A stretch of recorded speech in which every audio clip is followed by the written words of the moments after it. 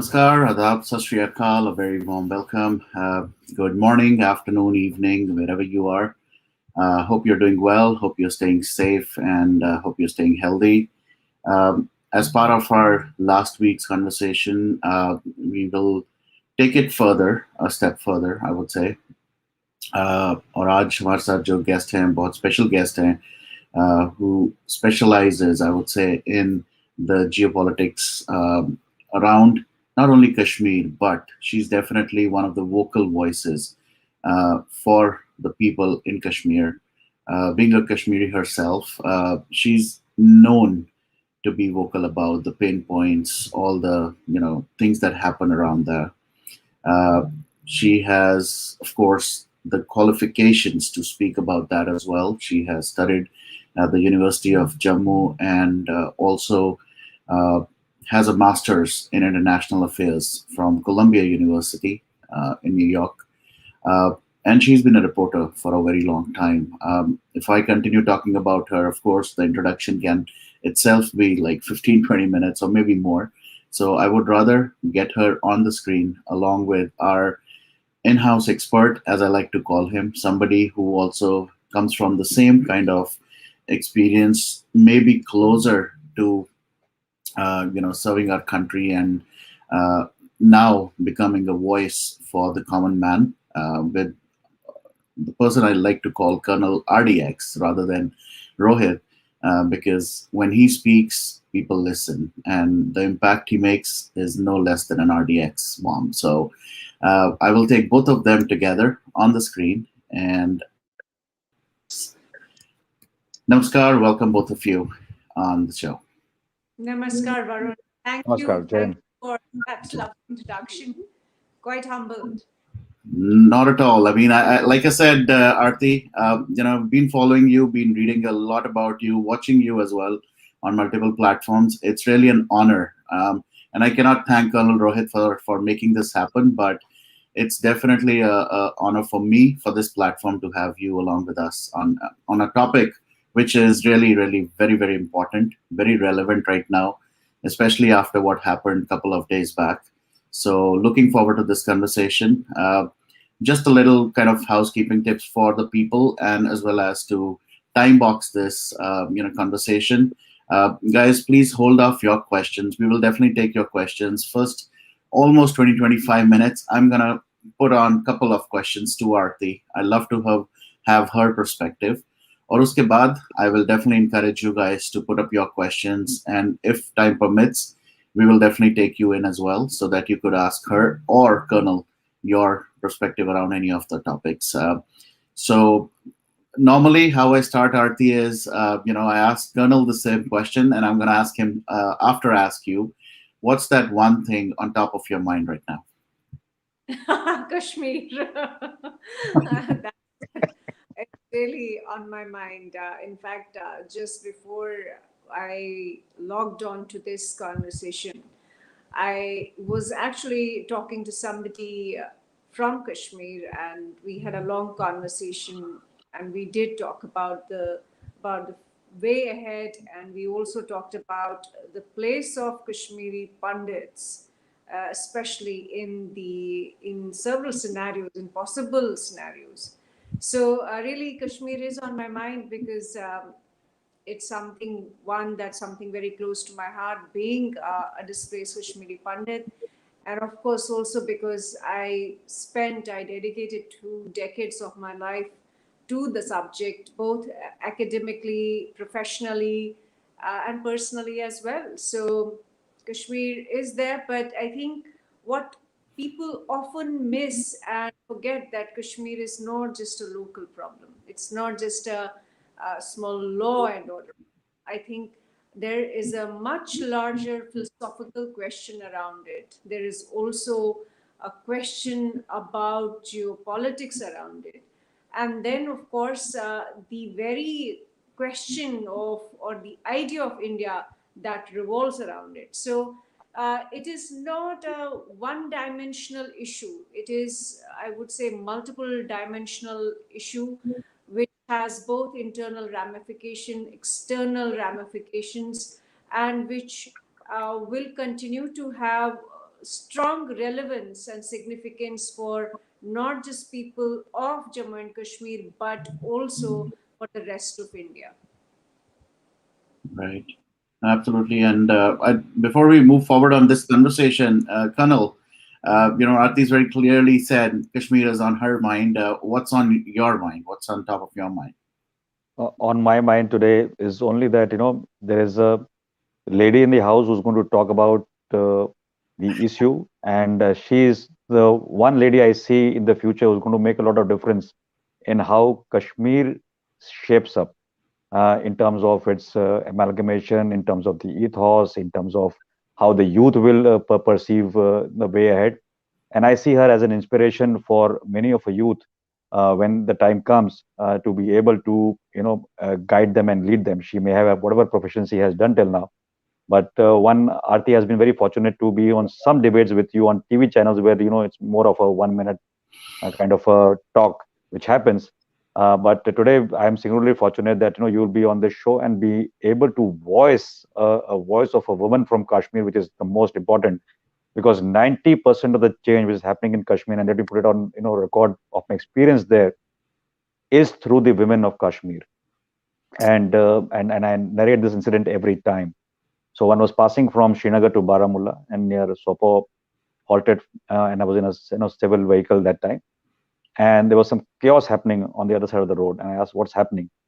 So the driver got down and in his language went and talked and came back after some time. And the query and the chaos was because there was a girl who had qualified for the air hostess training, and the Maulvis or whatever they are worth, they were trying to outcast her by saying that this profession can't be taken. And for a change, the women on the streets wearing took out their whatever sandals or chappals they wear there, and they were hammering them always. And that is a change which is bringing in a era where the girls are free to move around, they are free to see the country, they are free to make a choice in their life, and they're also enabled to make the difference to our country. And I think if that is happening back in the backdrop in Kashmir, voices like Aarti are very important. So I'm singularly happy that there is a connect of a lady today, and let's hear her voice more than anybody else, and even me probably. Back to you. Colonel Rohit, I'm really honored and really humbled that you brought in the feminist perspective into the conversation. I think this is one perspective that's often missing in overall public discourse around Kashmir. And I'm so honored that you think that the future really belongs to women of India, including Kashmir. Thank you so much. It's really an honor. Thank you. Thank you. All right. So now, since you've already, mentioned about that and how the girls or the ladies took out the chappals and all, let me just go back to some history, Right. some past, and maybe Aarti, you are the best person to talk about it. Would love to hear a little bit more about the historical past. How Kashmir has been, how the people of Kashmir have been, and how did this uh, the Article 370 taking away has, I don't know, in a good way or a bad way, I leave it up to you how you want to perceive or you want to explain it to us, has changed the perspective of people in Kashmir or of Kashmir. Uh, Varun, it is a very important question because I really believe that without the understanding of history, without the context of history, you cannot understand present. Mhm. We have been unfortunately victims of postmodernism, which is essentially, uh, you can say, depriving the people of our generation of a context. And that is why you end up reading completely distorted stories or distorted articles on Kashmir in the foreign press because they don't have a historical understanding of Kashmir.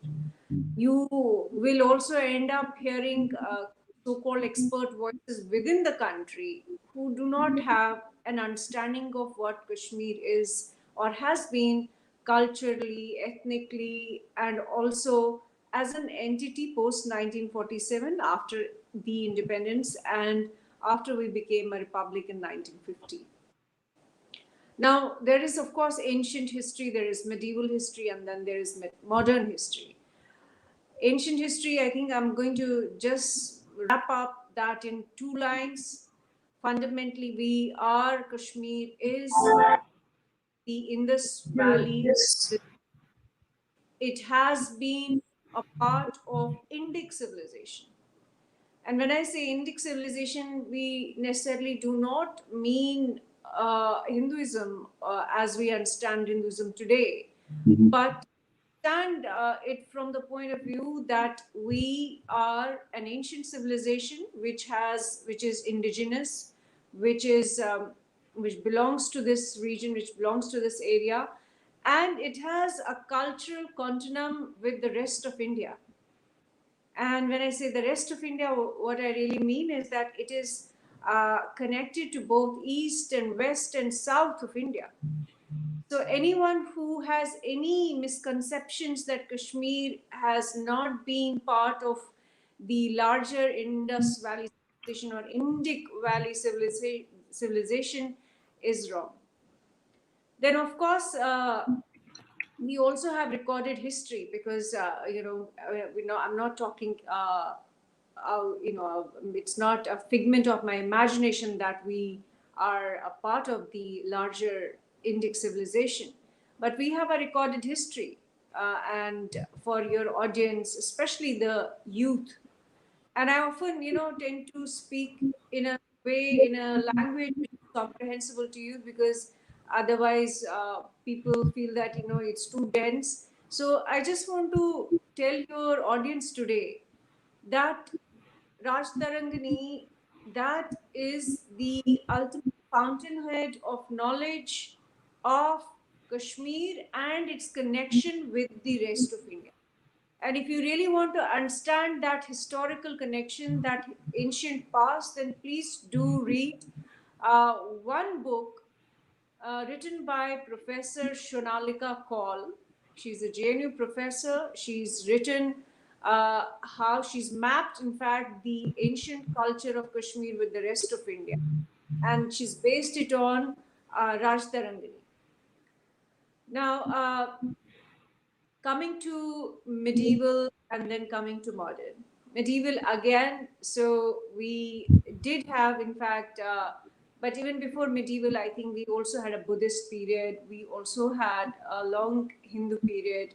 And then, of course, our one of the greatest empires of the Indian subcontinent has been the Karkota dynasty empire, of which Lalitaditya was the most I would say, significant, celebrated, and also an able administrator of Kashmir.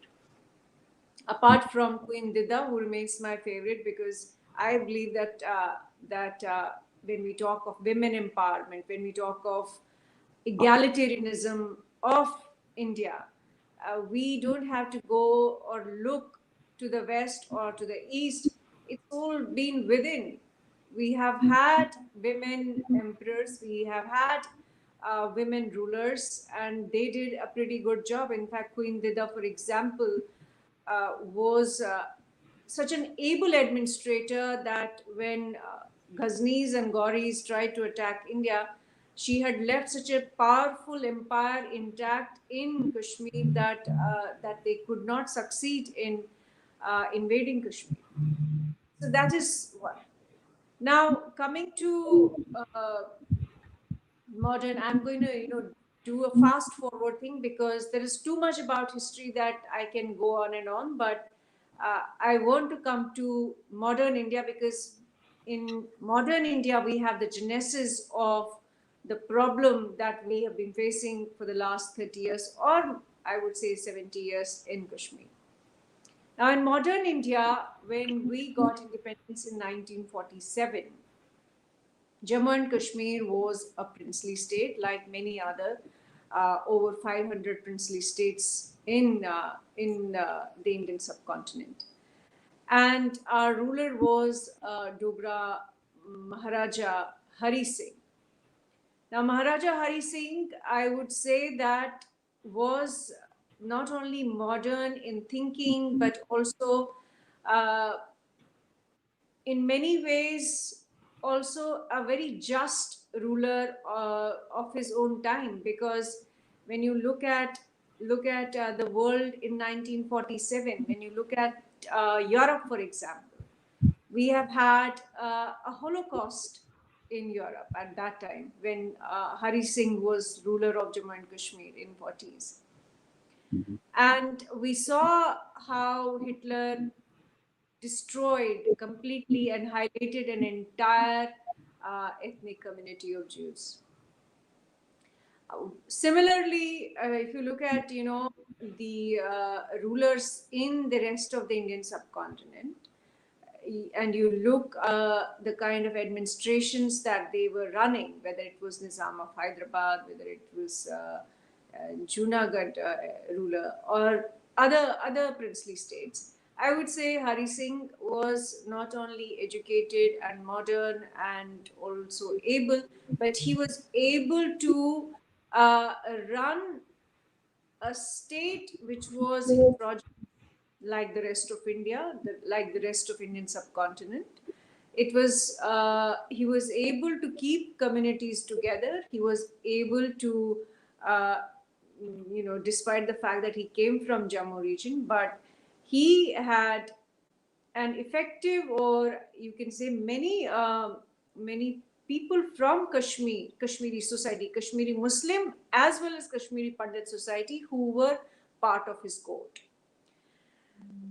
Now, many people may contest that there was a popular movement against Maharaja Hari Singh that emerged from Kashmir, which was led by Sheikh Abdullah, and therefore he may not have been all that effective as an administrator. But I would say that if you compare him with other rulers of the time, he was still better. He was still doing justice in many areas of governance. But the question is not really about administration at that time. The question is about the overall mood, the overall narrative, the overall public discourse in the Indian subcontinent in 1940s. And the discourse is about two-nation theory. And what is two-nation theory? Two-nation theory is essentially rejection of coexistence between Hindus and Muslims. And this rejection comes from Muslim League, which was headed by Jinnah, which was headed by Iqbal, who was the intellectual ideologue of two-nation theory and Muslim League. And in this atmosphere, we have Jammu and Kashmir as a princely state, which is a Muslim majority state. Even as the ruler is not a Muslim, but it's a Muslim majority state. And the principle, or you can say the foundational argument for two-nation theory or partition of Indian subcontinent was that the Muslim areas will go to Pakistan, Muslim majority areas will go to Pakistan, and basically basically Muslims cannot coexist with Hindus. Muslims cannot live under a Hindu dispensation or even a secular dispensation, because we shouldn't really be saying Hindu dispensation, because from the very beginning, the founding fathers of the Indian Republic, whether it was Nehru or Patel and everybody else, Ambedkar, none of them really talked in terms of Hindu nation. It was absolutely clear from day one that there will be equality. And that's what the preamble of the Indian Constitution eventually reflected, that there will be equality of rights, there would be equality among communities, and the communities which have been persecuted historically, such as Dalits, they will get certain legislative protection, they will get certain legislative rights. And in this atmosphere, while India gets independence and Pakistan gets independence, and Pakistan essentially gets a chunk of Indian subcontinent. In fact, on both sides of India, which is West Pakistan and East Pakistan.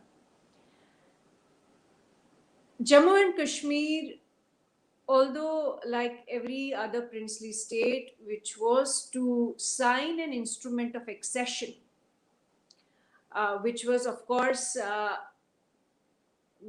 basically an instrument which was designed, conceived by the British, under whom we were until 1947.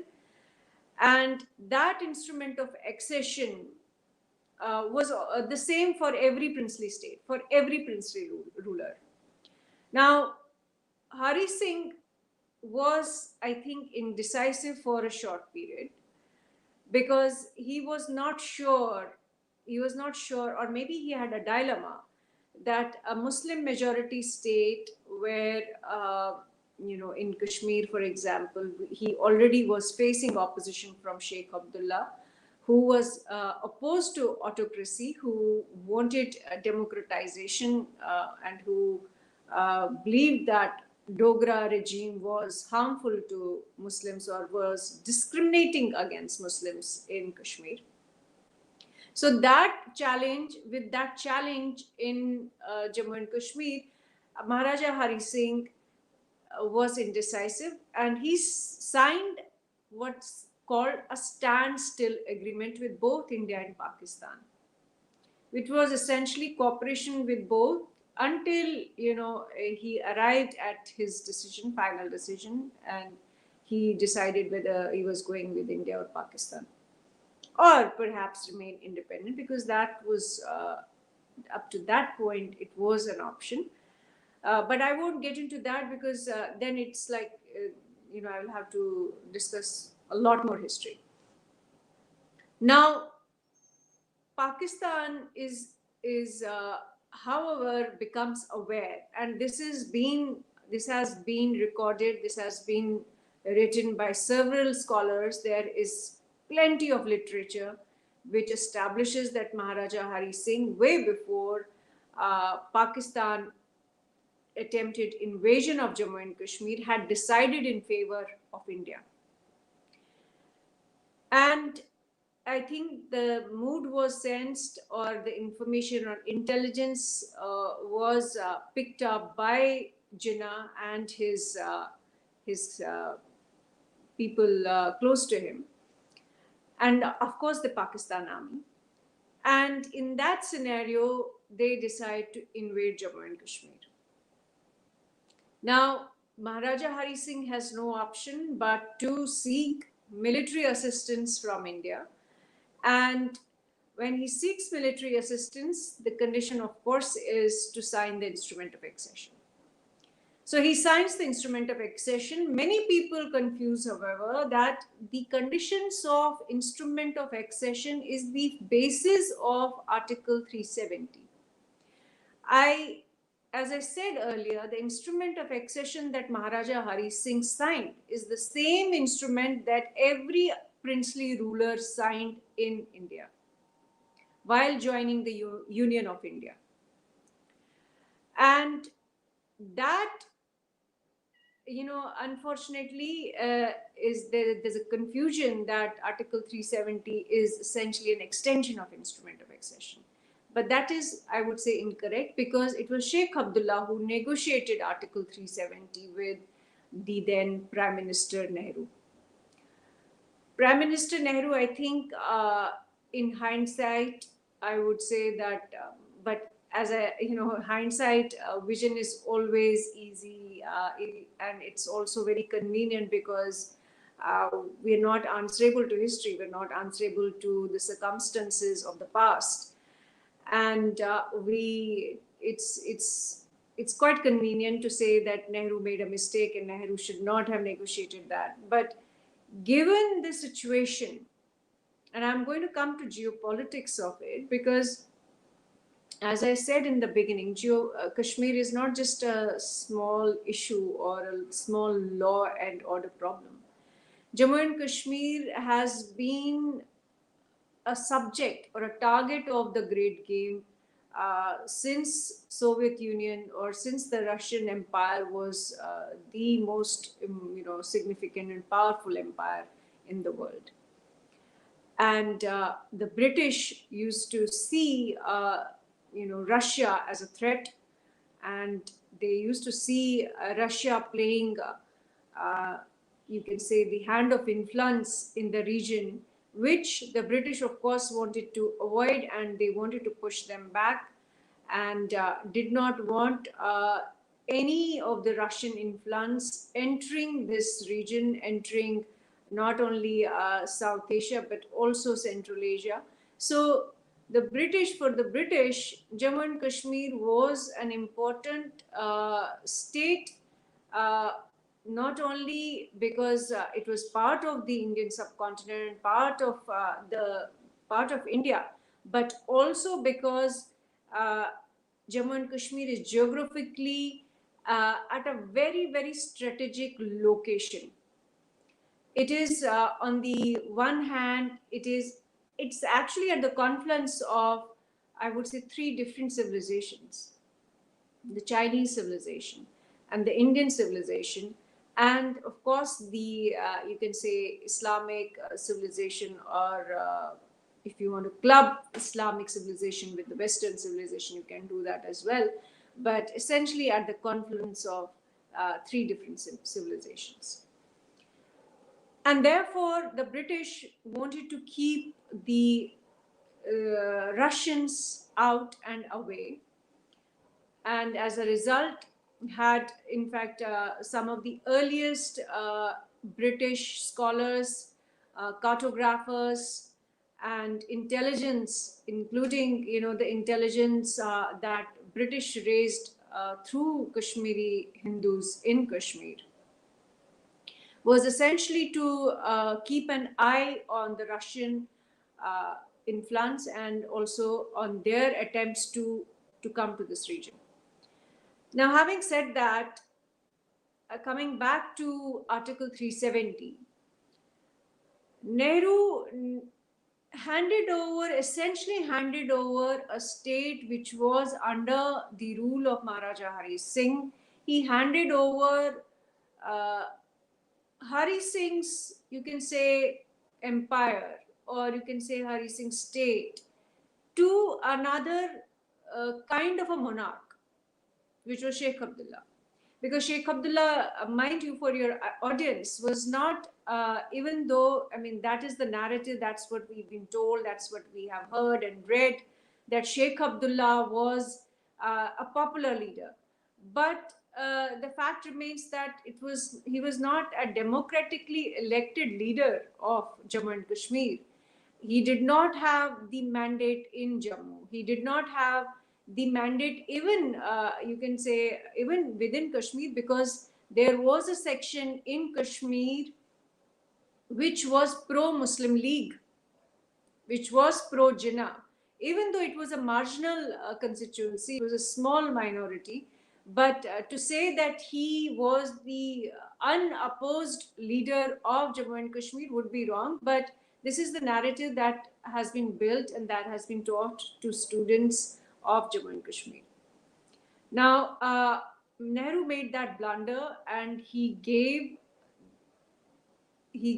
almost complete autonomy to Sheikh Abdullah through Article 370.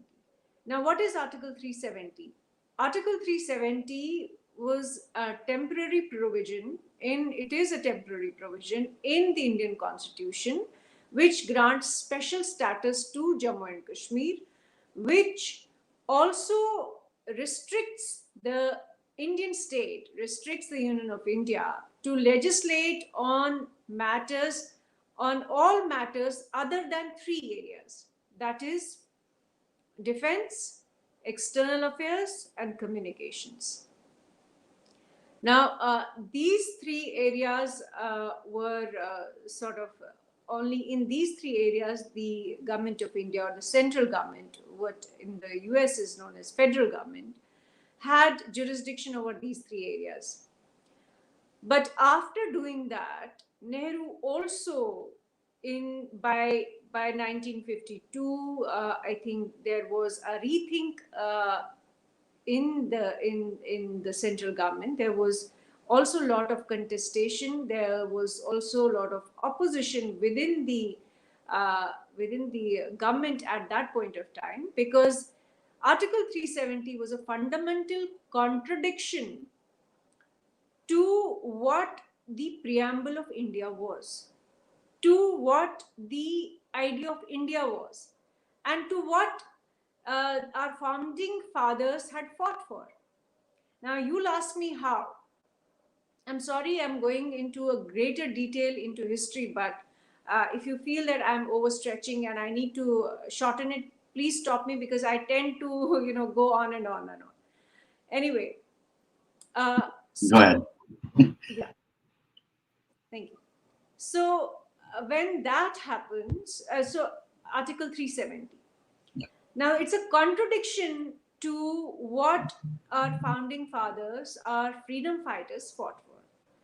Why? Because the idea of India, as envisaged in the preamble of India, is the idea where you will have equal rights, where you will have liberty, you will have fundamental rights, and you will have complete liberty. But Article 370 is a contradiction because it internalizes and in a way accepts the fundamental two nation theory. And you will ask me why and how. Because when Nehru hands over Jammu and Kashmir to Sheikh Abdullah through 370, which was granting special status to Jammu and Kashmir, one would ask, why did Jammu and Kashmir get special status? Where was the need for Jammu and Kashmir to get special status? Because throughout the 30s, when Muslim League and Indian National Congress were fighting against each other, when Jinnah and Nehru did not see eye to eye, when Gandhi could not, reconcile the differences between Nehru and Jinnah, which were fundamentally based on this very simple thing, that while Jinnah wanted a loose structure, wanted you can say a greater federal structure where Muslim pockets could have autonomy, where Muslims could do whatever they wanted, or whatever legislative, whatever setup they wanted, while Nehru wanted a centralized India where everybody would be equal, where everybody would have the same rights, and voters would not be, electorate would not be divided along communal lines. Citizenship would not be divided along communal lines.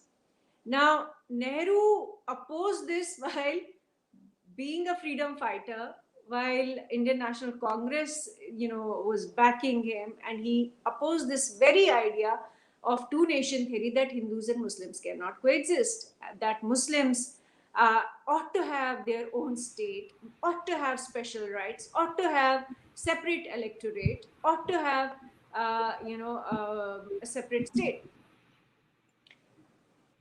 If that argumentation was applicable through the 30s, and it was applicable and relevant in 1947 when India got partitioned, then how could you accept it through Article 370 in 1947, in 1950, when we became the republic, when Article 370 was introduced in the Indian Constitution? So there was an inherent contradiction in Article 370 and rest of the Constitution.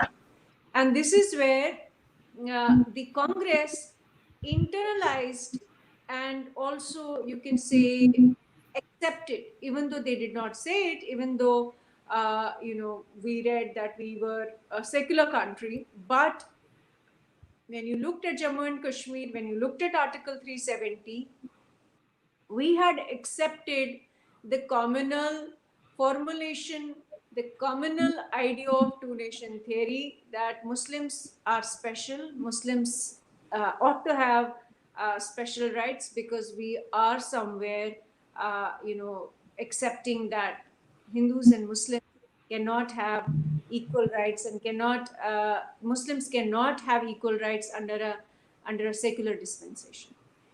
So that was the problem of Article 370. But we continued with Article 370 even as Nehru recognized and realized that there is a contradiction. For your audience and for many people in Congress who do not want to acknowledge today that it was Nehru who somewhere did recognize that he had made a mistake. And that is why Article 370 over time was hollowed out by Nehru, by his daughter later on, Indira Gandhi. It was hollowed out because several central laws were extended to the state of Jammu and Kashmir, of course, through the ratification of the state legislative assembly.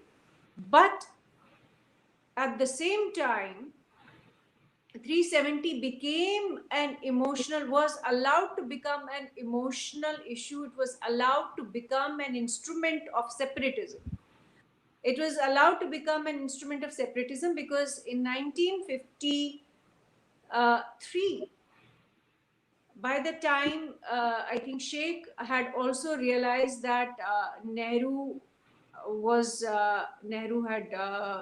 had serious differences with this whole Article 370, and somewhere Nehru also realized that Sheikh Abdullah had his own ambitions and had his own agenda and interests, because he was already hobnobbing by 1952. He was already hobnobbing with several Western powers. Sheikh Abdullah by that time had already understood geopolitics of the region. He had also understood the great game. He had also understood why the British would like to keep a foothold in Jammu and Kashmir. He had also realized that how the British conspired to hand over part of Jammu and Kashmir, which is Gilgit-Baltistan, that is Pakistan-occupied Jammu and Kashmir, uh, to Pakistan during the War of 1947. In fact, the British went out of their way to hand it over to Pakistan because they realized, and this is the geopolitics of the time, because Nehru was seen as an ally of the Soviet Union. He was seen as an ally of Russia and not the West. The British did not trust him. The British did not trust that Jammu and Kashmir, being a part of India, could serve its interests in the region. That is why Nehru was kept out. That is why Nehru, I think, also understood it to a certain extent, and that is why he reached out to Sheikh Abdullah, and that is why, since Sheikh was also left oriented at one point of time to a certain degree, he was socialist, and the British therefore asked Pakistan army, handed it over Gilgit-Baltistan, Pakistan occupied Jammu and Kashmir, to Pakistan army, thereby keeping Nehru out, thereby keeping India out, because Nehru was seen as an ally of Soviet Union. Now, Nehru over the time, so when Sheikh Abdullah was hobnobbing with the West, and Nehru did realize that it can be a huge problem, and it can be a challenge to India's sovereignty in Jammu and Kashmir, he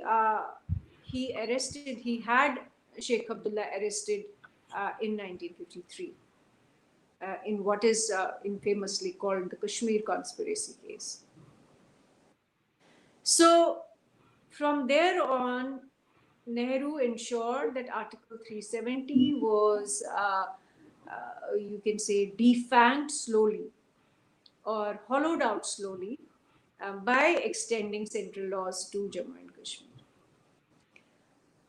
Sheikh Abdullah almost spent 2 decades of his life in and out of jail.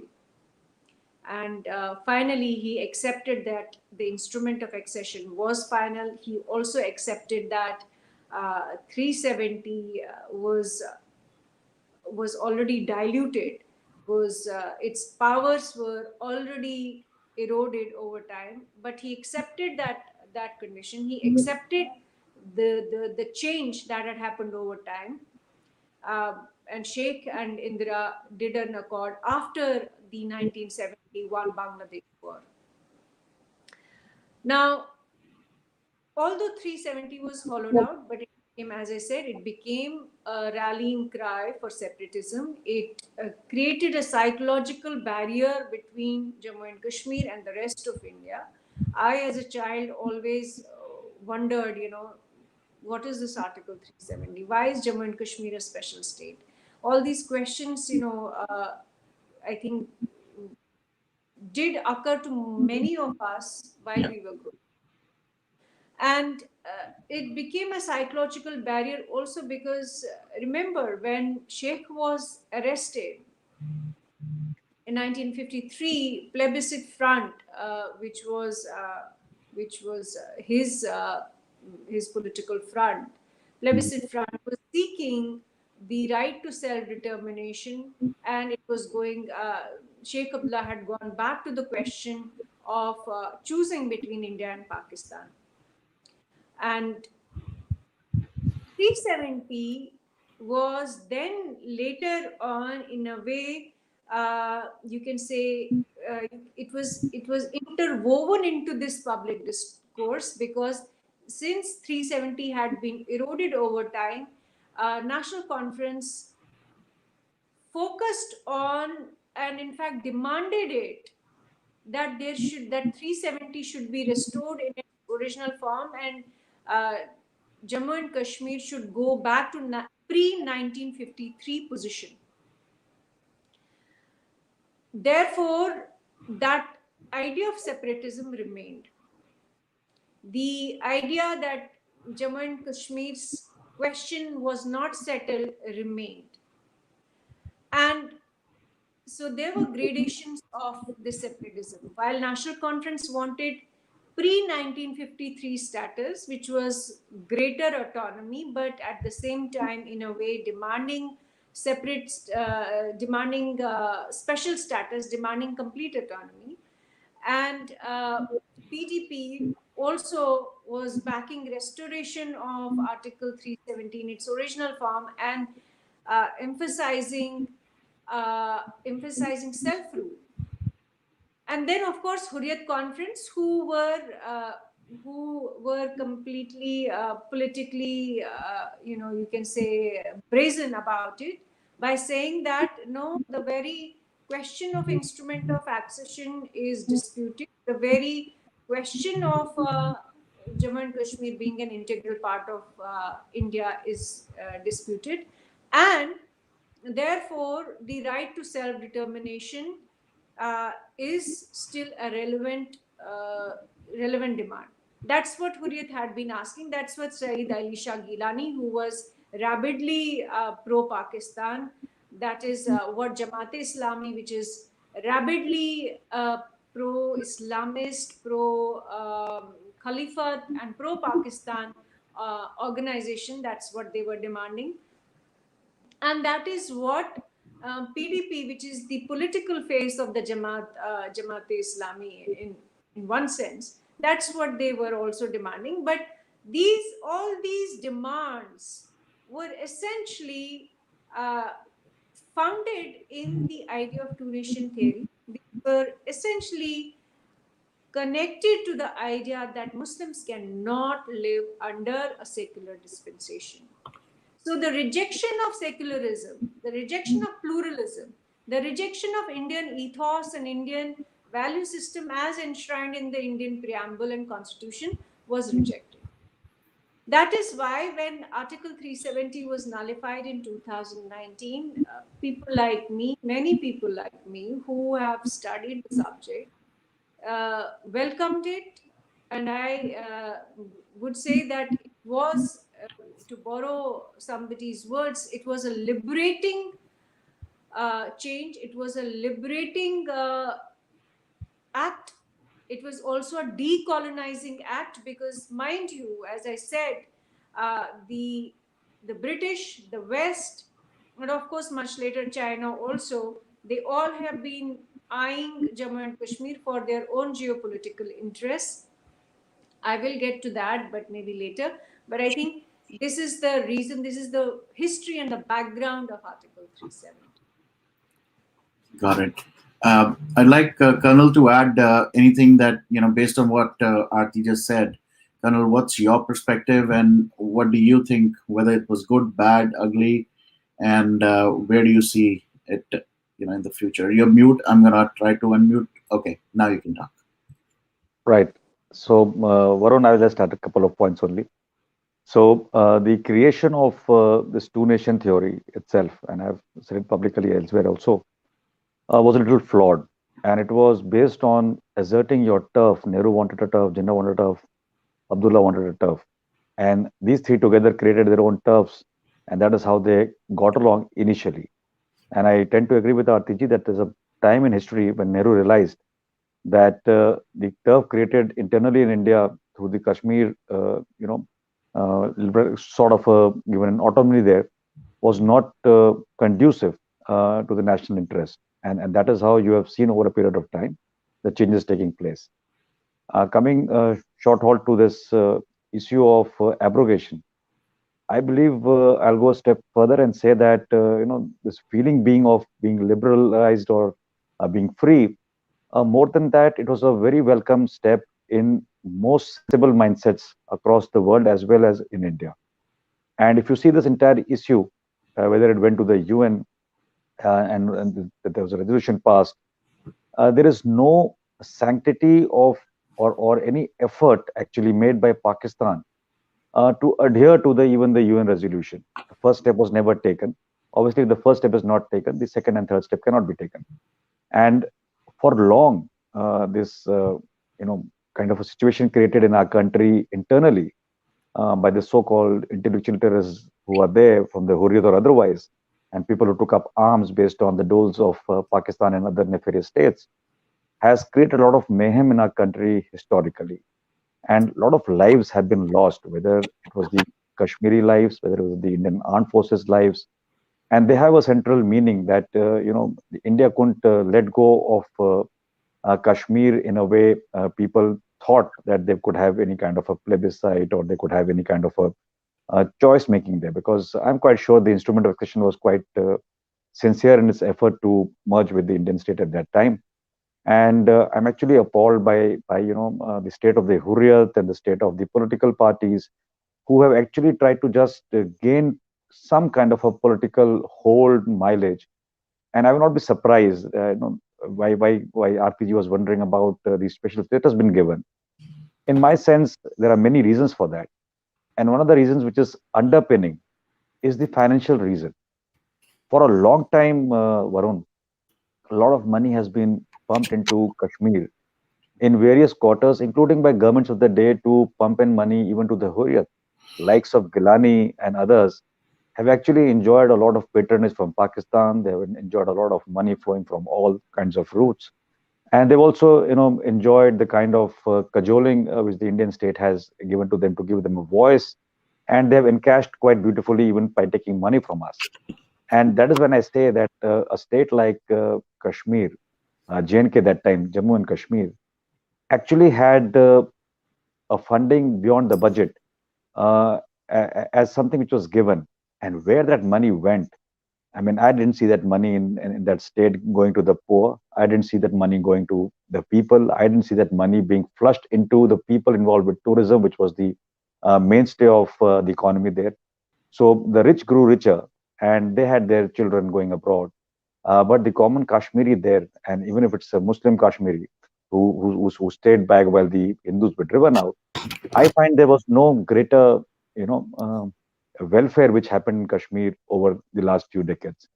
And in that sense, the abrogation was not only, moment to feel elevated about a liberalism being coming back there, It was more about a freedom from the clutches of people who manipulated the situation, who manipulated mindsets, who manipulated the common man, and they have kept them in a state, a pitiable state for a long time. And now with that 370 gone, there is a lot of hope to usher in, and that is why the government of the day has been very careful in stage managing the abrogation by keeping these sessionist, cabal and also some politicos there under a clear watch, and they've been sidelined for a long time, only to make them realize and only to make sure that the other voices in currently the UT of JNK find some prominence, and people can consult each other and see a direction in which to take the union territory, and whenever it becomes a state again. And that is something which is more heartening. And the last debate which we had and the show we had was with Mr. Sushil Pandit, and you saw that the kind of situation through which the Kashmiri Pandits have gone. And I'm quite sure any sensible state which has taken a decision to abrogate 370 has got a mind and a plan to implement things in favor of the state. And amongst many other things which are in favor of the state, one of the things will remain, which is close to everybody's heart and mind, is that you should have the Kashmiri Pandits their rightful place before their next generation even forgets what Kashmir was about. And having said that, I can only say that from here on, the voices matter. It's not only the Kashmiri voices which matter; it's also the Indian voices which matter most. And it is very important that in whatever way we shape this particular state in the future, each voice, and especially voices like RTG or Sushil Pandit or anybody else who's in that domain, matters. And we as citizens must support even that. Coming to the geopolitical part in terms of the historical realm, see, all this is absolutely correct in terms of the great game and how the Russian and the Western influences have influenced the partition part and otherwise.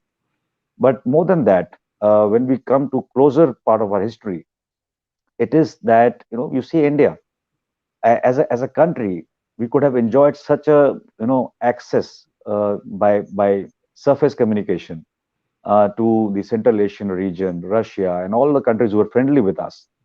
By creation of Pakistan and the annexation of POK by Pakistan, and then ceding of the territory in a slow, graduated manner to even China, parts of it, is something which has made our life a little more challenging, and we will have to take the sea route and the air route to reach people and places where we traditionally could have had access. So it's been a very craftily structured kind of a demarcation of civilization or a country on the lines not only ethnic or religious in nature, more so on the lines also to support the geopolitical might of the West. And all these lines have made our life a little more miserable over the years, whether we see it along the borders with Pakistan or we see it along the northern borders. And that is the way it has shaped up geopolitically to create a lot of alliances which we never thought initially would be created. And that is where things like Quad, which we are forming, are something which are coming along to unravel the mystery around the CPEC, the BRI, to make sure that Iran does not have prominence beyond a point, and Turkey does not influence options in Central Asia. But the fact remains that the shortest route has been denied to our country for the longest time. I do not know. I'm not going to get into the debate of when POKs will form part of India finally back again. It may take a little more time than we imagine, in spite of keeping those legislative assembly seats with us back home on that count, or whatever grandiose statements you hear from political realm. That will take time. But I'm quite happy that the 370 part is taken off, and I'm quite happy that people are focused to rebuild Kashmir into its older, glory, in which people can come around together. It's not so easy. It's easier said than done. There are many forces internally which don't want that to happen. The Rohingyas have been settled there. I don't know at whose behest in Jammu is creating more internal security chaos itself. It may not have a current geopolitical ramification, but the moment you say that you want to deport Rohingyas, it has got a ramification there. So these are situations which are building up in our country, and sooner the better we settle this score internally first is going to make our geopolitical outlook a little better. So that's from my side for the start, and let's see how the discussions take place with the viewers, Sure. and go ahead. Thank you. Sure, sure. What I'll do is I'll also start taking some questions, because while the discussion is going on, I think there are some kind of relevant questions, some connected questions. But this is one question, and I would direct it to you, Aarti, first, is why central government did invite KP leaders, why they ignored all the nationalists as stakeholders of Kashmir except Kashmiri Pandits. Aren't Kashmiri Pandits important part of Kashmir? Well, I can only speculate and only analyze, because I don't have access to the power corridors. But my analysis and my understanding of the issue and overall geopolitics of the issue tells me that Kashmiri Pandits are not part of the conversation. They are not being given due hearing, despite the fact that we are the real victims. We've been ethnically cleansed, we've been subjected to a genocide. And 1990, of course, was not the first act of ethnic cleansing and genocide. It was the seventh exodus of the community from Kashmir. But in independent India, this was the first, the biggest ethnic cleansing and genocide, which the government of India has refused to acknowledge even till date. Let alone, we should, it's really unfortunate that you look at Jews, you look at Armenians, their genocide has not only been recognized by their own respective states, but by other countries, Western countries as well, because there is almost a unanimity, there is almost a concerted effort of different communities of the West to have that international recognition of what they suffered. And it's unfortunate that the successive governments in India, and it's not this government, but in the last 30 years, no government, whether it was, whether it was Deve Gowda or Gujral or Vajpayee or many in between, nobody has acknowledged that there's been an ethnic cleansing or genocide of Kashmiri Pandits at the hands of Islamist terrorists backed by Pakistan and Kashmir. Kashmiri Pandits clearly are not important because, one, we're not a vote bank. We don't have the numbers. We've been reduced to insignificance. We are dispersed not just across India, we've been dispersed across the world. And for anybody in the government or for anyone outside the government to think that we will have you can say we'll have a political party, because one of the reasons which I found quite frivolous and quite absurd, that some people said that we were not invited to this meeting because we don't have a political leader, we don't have a political party. A community that has been subjected to genocide, please understand the enormity, the magnitude of what I'm saying. That a community that has been reduced to annihilation, it has been annihilated. We're dispersed across the world. How do you expect us to form a political party? We do not have a territory. We do not have a constituency. We're not at one place. We don't have our homes. We don't have our homeland. And you expect us to form a political party and then contest elections, but where? So it is clear that on one hand, we've been real victims persecuted by Islamists in Kashmir, and on the other hand, the Indian state, the Indian bureaucracy, I think Colonel Rohit Dev also in passing reference mentioned how this conflict entrepreneurship has vested interest in keeping the conflict alive in Kashmir. It's been done in the name, it has been done with our blood and sweat. It has been done by putting Kashmiri Pandits through a genocide. It has been done at the expense of Kashmiri Pandits.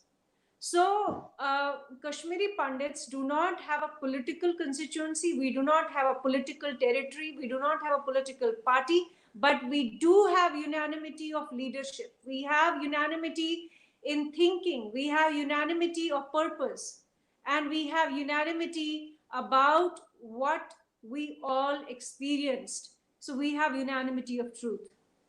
But nobody wants to acknowledge it because we are not a vote bank. We are insignificant. Also, as Colonel Rohit did mention, the Western agenda and the Western interests in the region, not just by keeping India a weak country, vulnerable country, an insecure country by blocking our ways and access to Central Asia, but by also keeping conflict alive in Kashmir. Because if you look at the Western history after 1947, it's a history where the West, and when I say West, it's because the biggest superpower post World War II has been the US, and most of their, you can say, foreign policies have revolved around how to perpetuate conflicts, how to benefit their own military industrial complex within the US, and how these conflicts in developing countries can thrive their own military industrial complexes. Also, by keeping India weak, please do understand that until recently, until America woke up to the fact that China is a threat to them, they did not really see China as a threat. They saw China, with China, they had a symbiotic relationship. With China, it was a relationship of mutual benefit, because China was producing cheap goods and America became a consumerist society to an extent where consumers were consuming to an extent where it became vulgar, it became obscene. And that is the kind of capitalism, that's the kind of neo-capitalism that they spread and benefited from across the world. So when I say that the Western interests in the region, the West really, I think, is invested in keeping the conflict alive in India, in Kashmir. It is also, I think, to its benefit that India's access points remain blocked to Central Asia, because it has its own agenda. Now that they see China as a threat, they want a foothold. Not just they already have a foothold in Pakistan, they have a foothold in Afghanistan, even though there is a talk of withdrawal of the US troops from Afghanistan, but they also want a foothold in Jammu and Kashmir. So what I'm saying is that Kashmiri Pandits will remain insignificant because it does not suit the West. It does not suit, for example, the Biden administration. I have said this before, and I'm not going to hesitate saying this. If you look at Biden's election campaign, during that campaign itself, his opposition to the nullification of Article 370 was astounding. The US has no business whatsoever in internal matters of India, especially after 9/11, when until 9/11, US was brazenly in support of Pakistan's cross-border terrorism in Jammu and Kashmir. In fact, the arms and ammunition that came to Jammu and Kashmir in 1990 came via the US, via the CIA, which was given to Pakistan Army to help Taliban defeat Soviet Union in Afghanistan. And those arms and ammunition the leftovers came to Kashmir. So when that happens, and since September 11, the US changed its policy because they realized that Islamist terrorism was a much bigger monster that had come to corrode it, that had come to destroy it from within. So they changed that policy a little bit, but until President Donald Trump came to office, there was half-hearted effort to control Islamist terrorism in Jammu and Kashmir. There was half-hearted, you can say, effort to control Islamist terrorism in Pakistan. It was only under President Donald Trump when we saw a major shift towards Pakistan, and we saw also a major shift between US and China relationship. But Biden, before becoming the president of the United States, he, Kamala Harris, the entire democratic dispensation, the entire establishment in the US was opposed to Prime Minister Modi's decision of August 5th, 2019, that is reorganization of Jammu and Kashmir state, when 2 union territories were created and Article 370 was nullified. So if you expect that Biden would have now completely changed and reversed his understanding or his position on 370, then you are being naive. The fact is that it suits the United States of America to have Kashmir conflict intact. It suits them also because, given the situation in Afghanistan, America has not won even one single war. In fact, most of the wars that they launched after 1947, after World War II, after 1945, most of them have been, wars where America lost. And in Afghanistan as well, they lost the war, despite the fact that they did catch hold of Osama bin Laden after years. And they killed him. But Taliban is back on the scene. Taliban is back to the table. Taliban is now looking at a power sharing arrangement with the administration in Kabul. And Taliban is, of course, nothing but a proxy of Pakistan's army, Pakistan ISI. They are their, biggest backers, funders, supporters. And with that scenario, for the United States, for the Biden administration, because he looks at all these scenarios in the old way, in the old establishment way of the US, and for them, Pakistan remains relevant, Pakistan remains significant.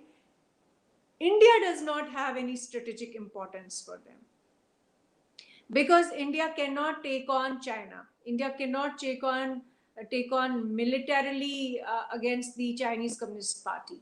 We do not have that kind of capacity. We do not have that kind of strength as of now.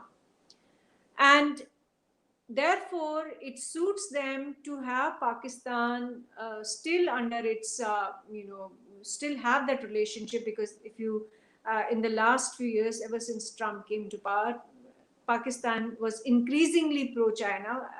In fact, Pakistan, I've been saying this, Pakistan is nothing but Pakistan army, which is essentially a mercenary army, which is willing to offer its services either to the West or to China or whosoever is in the top 2 or top 3 superpowers of the world. And they will sell themselves to any of these players.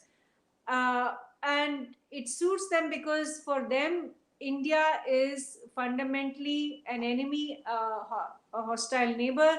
And also for them, Pakistan's very identity and existence is anti-India. So it suits them.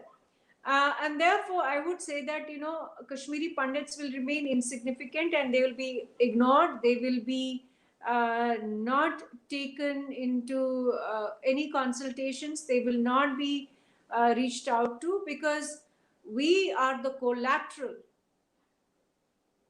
We are the collateral, as Colonel Rohit Dev did point out in a passing reference, that there's an entire conflict industry which thrives on the conflict.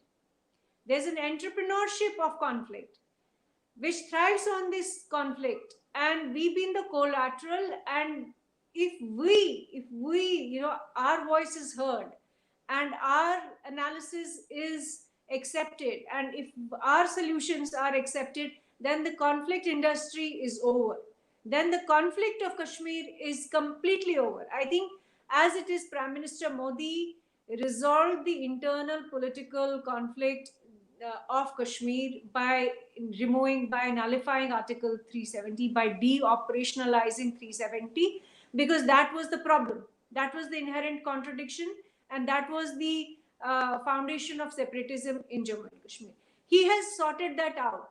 But there are other extraneous factors, there are other aspects of the conflict which are intact.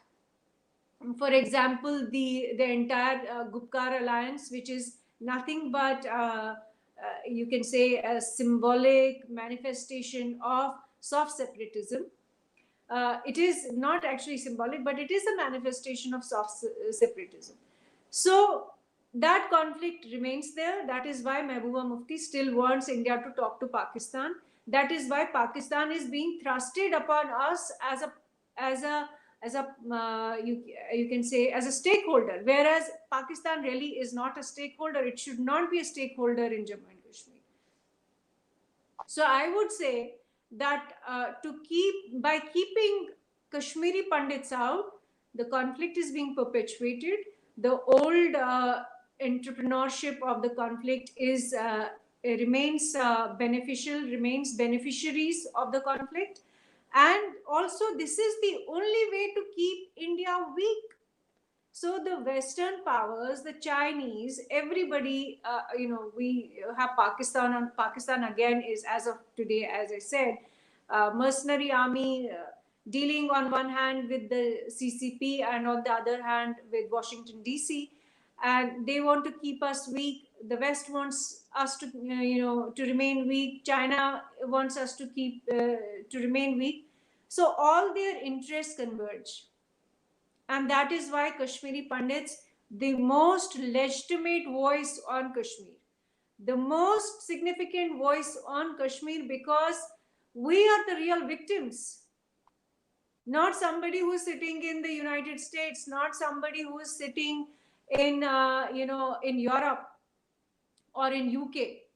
We're the real victims, and we know what happened, and we know we are the ones who have been countering their falsehoods, who have been countering their false narrative, who've been questioning the policies of the government of India as well, especially that vested interest section which has benefited from this conflict. That is why we are not on the table.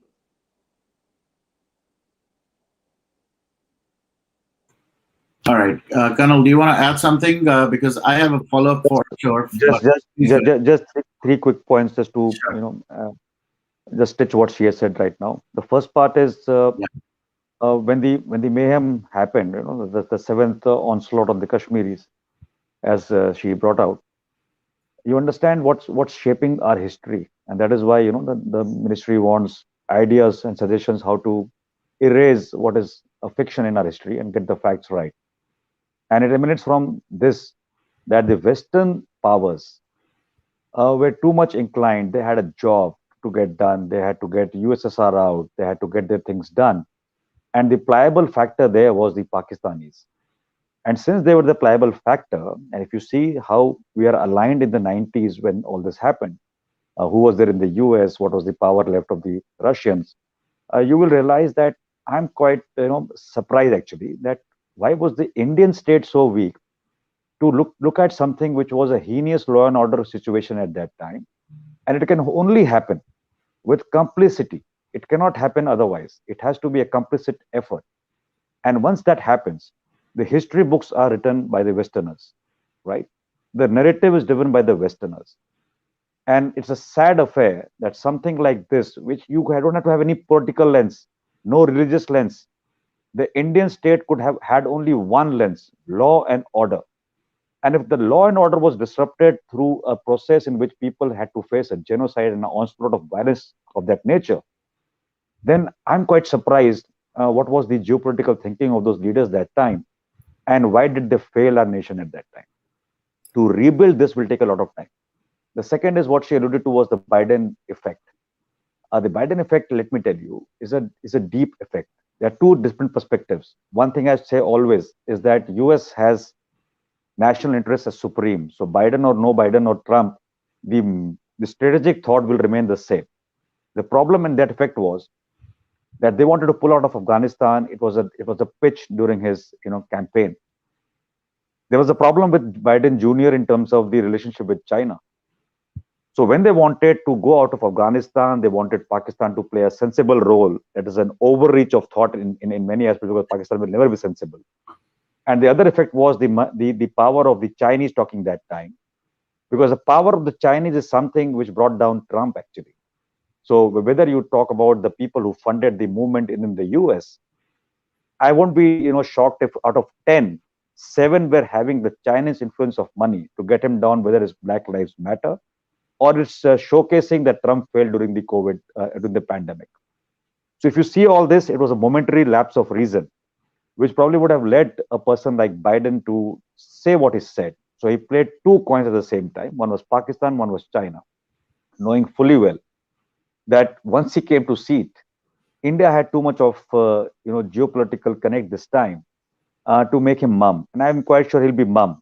He may be thinking otherwise, but he doesn't have a say beyond this, because if he has to sustain the strategic interest now, if he has to counter China in the economic realm and to have a partial say through Quad anytime in the future, he has to be a little more sensible in American interest. So no American president, him and beyond, will have a greater say to placate towards and have a situation of placating Pakistan and China in any which case. So they have to come to the Indian doors. And that's why you find after the 2+2 last year, and even when they had to have a conversation on Afghanistan, the Americans actually went through Russia, went through India, and then went to Pakistan to convey how it should be done.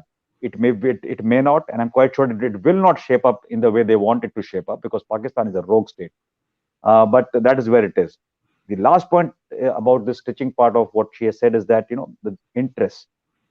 And let me be very upfront and blunt. She mentioned about the military,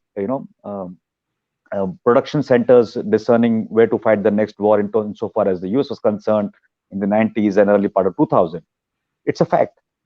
It's a fact. And surprisingly, that may not be the case hereafter, because US understands its next best match to fight militarily, if not the Russians, is the Chinese. And China cannot be fought only on the front of military today, because if you allow China to grow economically, there's a problem. So that is why you will find that any country, has its interest to look after. And India is a threat.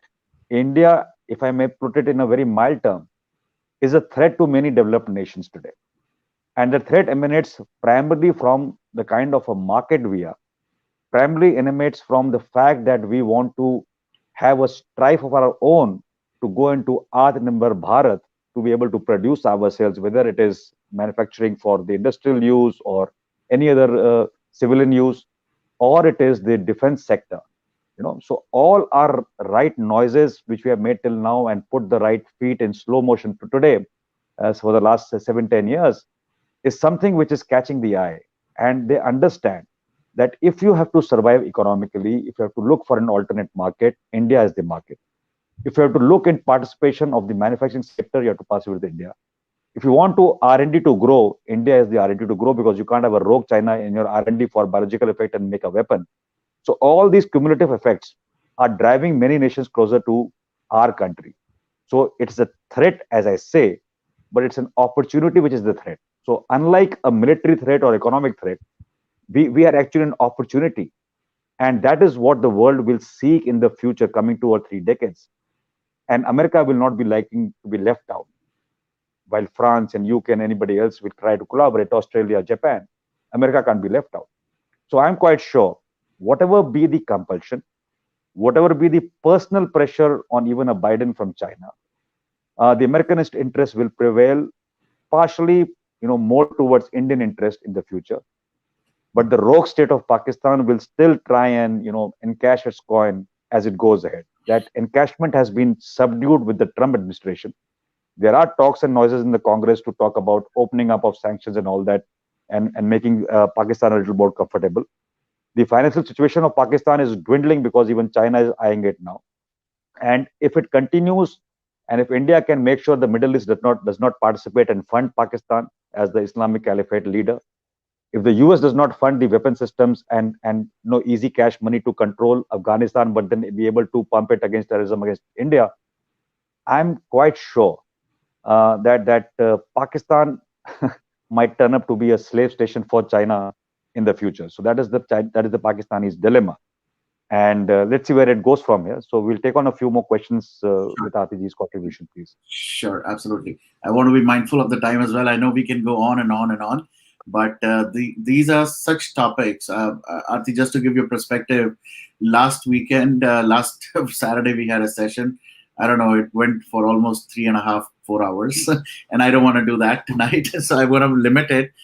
So if required, Let's wrap it up in 10 minutes. all right, sounds good. That's the decision. So we go by it. Right. All right, we'll go by it. So this is one comment. Even though I wanted to go on to the incident that happened recently, but let me just first go on to this. Should we call it Kashmiri Pandit genocide or Kashmiri Hindu genocide? I feel Pandit narrative was left propaganda. Now, just to add to this, because he's also mentioned Barkhadar, I just want to add another question. What is the role as a journalist? We've seen both sides of the coin. What's your perspective, and how do you see journalists play an important and integral role in kind of putting up the narrative or the story in the way it should be? This is such a question on which I can speak for hours together, and I would still not be able to finish it. But if I have to say it very briefly, I would say that post-economic liberalization in India, the media, many people think that media was doing a great service to the nation, but I would say that the media was almost acted like an extension of a colonial power, which was the Western colonial power.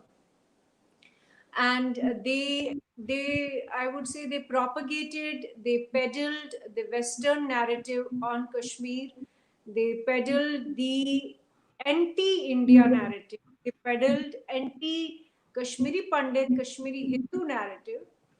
And I would also say that many of them probably did not even know what they were doing, because they had no historical understanding, they had no domain expertise, they had no uh, education in many ways about the subject matter that they were talking about.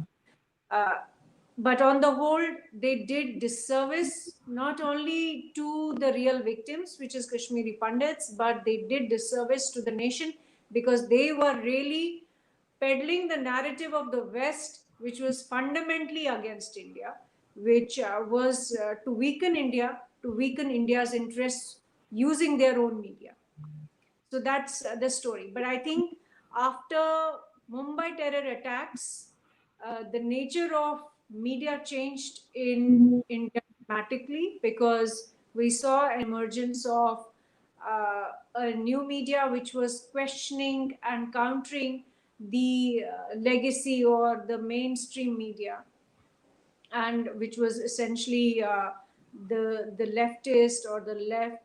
I don't want to use the left liberal word. I don't even want to use the left word, because it was essentially a media which was, I would say, again, an industry, a product of the neo-capitalism, product of crony capitalism. Anyway, so that is the short answer. As I said, I can talk a lot about it, but not today. Sure. All right, and Varun, I will just remind RTG of one thing. They are still at it, RTG, right? It's not over. Yeah, Right. absolutely. You were in past, so I will take back to present and future, and you have to Yeah. fight and No, but make sure that no, but the thing the is that at least now, see, till 2008, it right. was almost like it was a one-sided Yes, narrative on one-sided everything. onslaught, media onslaught, right? Agree to Yeah. that. From 2008 onwards, like from 2009, you have now multiple versions. You have a point of view, then you have a counterpoint. So there are multiple narratives, and I think in a democracy, that's the way it should be. There is left wing media, there is right wing media, there is centrist media. So all views are there, and let people choose, let people decide who and what they want to read and accept. All right. So maybe I'll just add one more question, and then I'll kind of we'll try to wrap it up as well for tonight. Uh, what happened just a couple of days back? The attack. What's your just to share your opinion, your views around this attack? Well, I would say, are you referring to the drone attack? Drone attack. Yes. Yeah. I would say that, I have said this before. Pakistan army believes in full spectrum of warfare. When I say full spectrum, they are going to use everything that is available to them, especially the cost effective uh, tools, cost effective instruments to have maximum impact using very little resource to bleed India, because that has been uh, their policy since 1971, to bleed India with 1,000 cuts. They established hundreds of 110 to be precise terror groups, Islamist terror groups in 1989, 1990 against India in Kashmir. And again, it was free because America was there to help. America was helping with Taliban. America was helping them with Kashmir. And from there, they moved on to suicide bombing. From suicide bombing, they moved on to stone pelting, and which they called Intifada. They copied not just the Palestinian, they copied not only Hamas, they also copied Hezbollah, they copied not just Hezbollah and Hamas, but they also copied Al Qaeda. They also copied ISIS. ISIS used drones against Iraqi soldiers in the Battle of Mosul. They also copied Azerbaijan, which used drones against Armenians in the recent conflict last year. So they are going to use every cost-effective tool and instrument and vehicle, uh, especially where they get plausible deniability, because that's been Pakistan's strategy and tactic. For the longest time, they refused to have anything to do with Lashkar-e-Taiba, Jaish-e-Mohammed, Hizbul Mujahideen, even as the chiefs of all these terror organizations are blue-eyed boys of the Pakistan army. Until the West started cracking down on terror funding post September 11, and especially, I would say, in the last 10-15 years, uh, they were completely okay with having Hafiz Saeed and Hizbul Mujahideen, and publicly talking about it. It's only in the last few years, they putting some kind of restrictions on all these chiefs of terror groups. From that, they moved on to stone pelting, violent protests, uh, intifada in Kashmir, where children were pushed into war. And if you also remember, from 2008 onwards, after Mumbai terror attacks, what was their biggest tool of warfare? It was cyber warfare. It was happening on Facebook, it was happening on Twitter, it was happening on Orkut, it was happening on every platform, while India was sleeping, while India had absolutely no clue that what it was being hit by. Uh, in 2010, when Kashmiri kids were being forced to be on the streets, and they were being forcibly pushed into the streets so that there was violence with soldiers, that's when they started the entire Twitter cyber warfare. But India had no counter to it. From that, now we see, psyops. We see their propaganda on Instagram. We see their propaganda on multiple levels. We see Imran Khan writing news columns, writing articles in New York Times and Washington Post. So they are using every method, everything that is available in their kitty, which is cheap, on which they don't have to really do much. They're not even they're not even raising now. Wherever there's been a crackdown on terror groups and terrorists, they're changing tactics. Now that there was a Balakot, they're moving from that to cheap technology. They are moving from that to cyber technology, information warfare, and now they might also be learning the biological warfare from Chinese Communist Party. Who knows? So they're picking the range which will not. I mean, for example, when there's a drone attack, what would be India's response?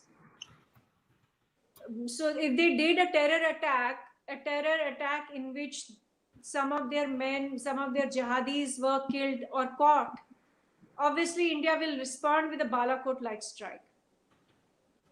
But in a drone attack where there is plausible deniability, where we are not able to pin it to them, they can get away with it easily, as they had been earlier. So India is on a back foot because India never preempts. Indian security establishment or Indian state never preempts what they are going to do. We never anticipate their next moves, but they are always ahead because they are connected to Washington DC, they are connected to Beijing, and they pick up all these ideas from Hamas, Hezbollah, ISIS, Al Qaeda. There is the Ummah, there is the Chinese Communist Party, and there is, of course, the capitalists, the neo-capitalists in US. So that's what I think. Got it. Yeah, so I again want to kind of wrap it up. So, got a last two questions. They're the kind of the same questions. I'll put it across to you, and then sorry, and then I'll wrap it up with Aarti for sure. Maybe it's naive. That's what Judy is asking. But as a common man, would you like to know what's the ultimate punishment for traitors of the country? Uh, and the second part to that question is, when we are giving this punishment, they may come from journalists, Bollywood, or common man, and who bestows the punishment, Supreme Court or the army? I think, No. I think Indian law and Indian Constitution is very clear about sedition. We have sedition. Right. We have very specific laws wherein sedition is a punishment. But somehow we have normalized sedition because of media, because of the intellectual class in India, because of the agents, or you can say, the supporters of the colonial powers of the West, supporters of the Chinese Communist Party. We have normalized sedition. We have normalized the idea that it is all right to be anti-national. It's all right to be not patriotic.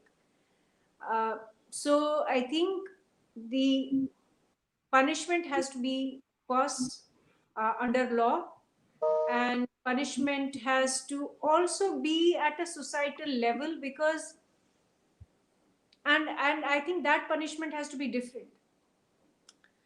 At societal level, I think it is important to call out people who have been peddling this narrative. And calling out itself is a punishment, because a lot of people have gotten away with the kind of damage. They have played with our lives. My entire life has been shaped by the exodus and exile. But we don't hold them accountable because there's a fear. There's a societal fear. There's a societal pressure not to talk about it.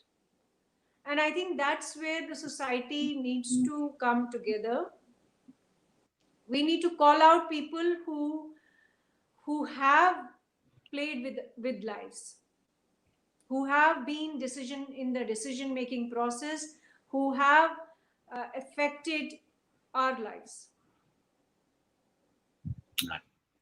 There has to be naming and shaming, essentially. Sure. I like Colonel's perspective on this as well. Right. So few quick pointers. Firstly, what's happened in our country, and this is what matters, this naming and shaming. So naming and shaming has now led that on WhatsApp group articles fly from India through some cabal. They reach Imran Khan, and now he's earning those $500 because he needs that money, right? That's on the lighter side. The other part which you mentioned about the drone attack, I am very happy actually personally. We'll have a debate on this or a discussion on this maybe later, Varun. Sure. I'm so happy because so long as Pakistani starts playing the newer cards, it is not only good for establishment to see it through, but when the punitive action takes place, it will be much more better.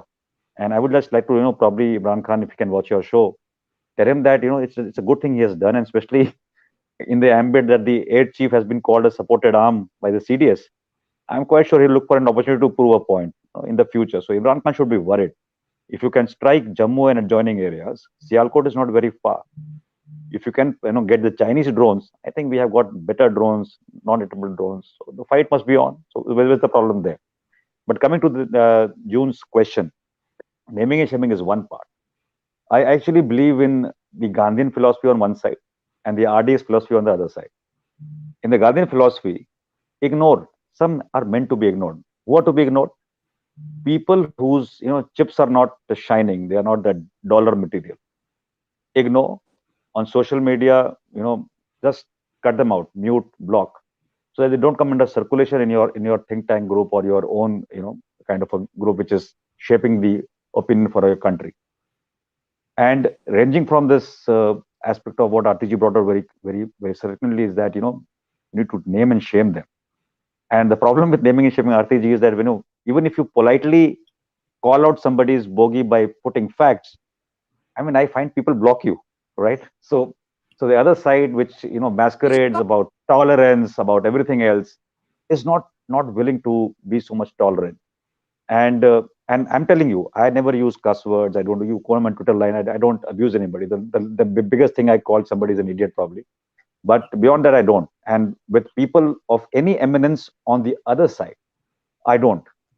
And one of the last points I want to talk today about is in matters of a nation, as a citizen, there are only three things you can be on.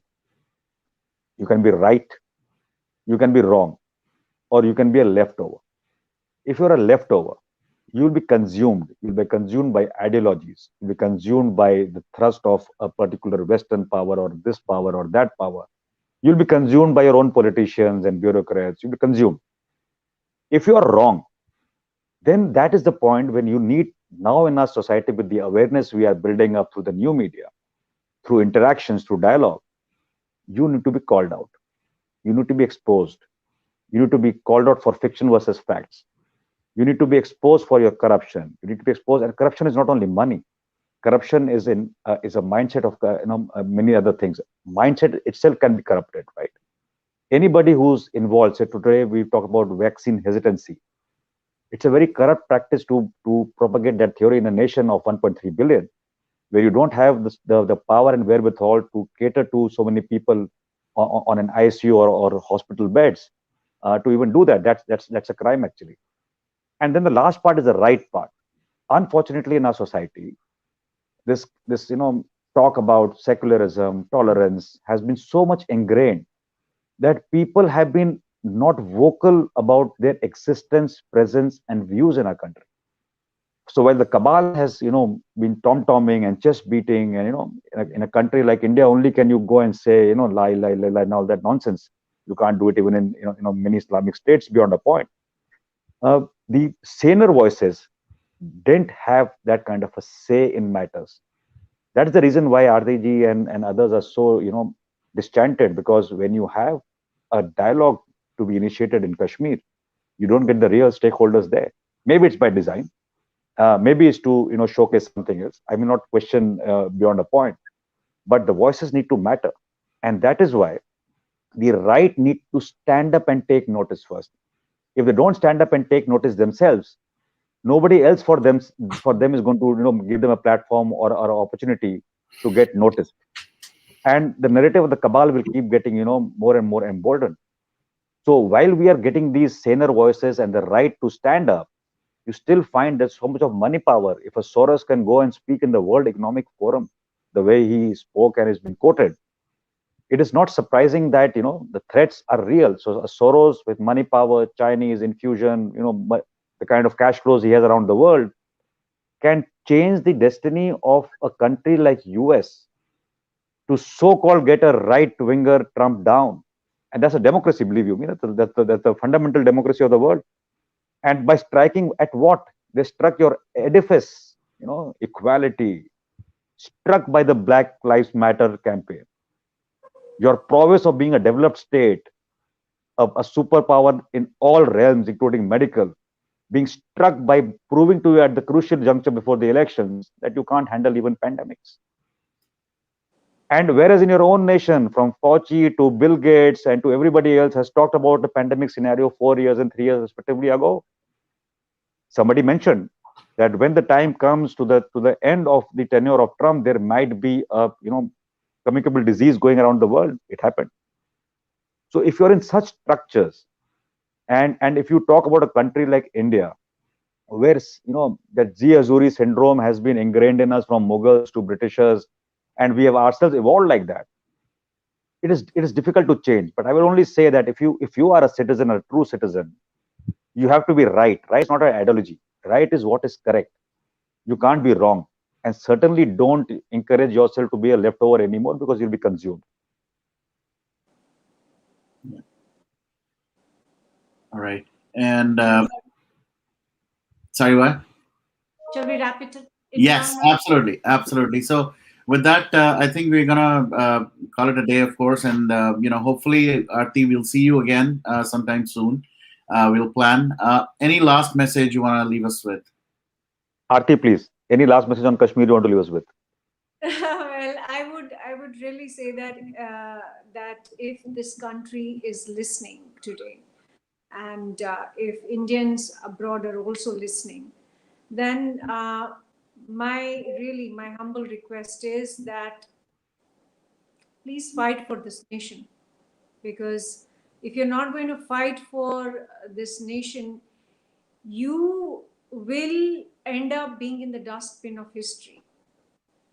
The fight has been brought upon us, and we have to give it back to the rest of the world if they are out there to finish us off or to destroy us. So I would say that rise and fight back. Great. Colonel, anything you want to end the show with? I thought the lady will have the last word. Yes. Maybe you want to just Right. thank her for. No, I just want to say, the game is on, and we are on the right side, Perfect. and we will win. The country can't fail. We can't fail our country. The country can't fail us. Absolutely. All right. On that note, thank you so much again, Aarti. Thank you, Colonel. We'll see you guys again. Thank you so much. Take care. Jai Hind. And Jai Bharat. Thank you. Thanks. Bye.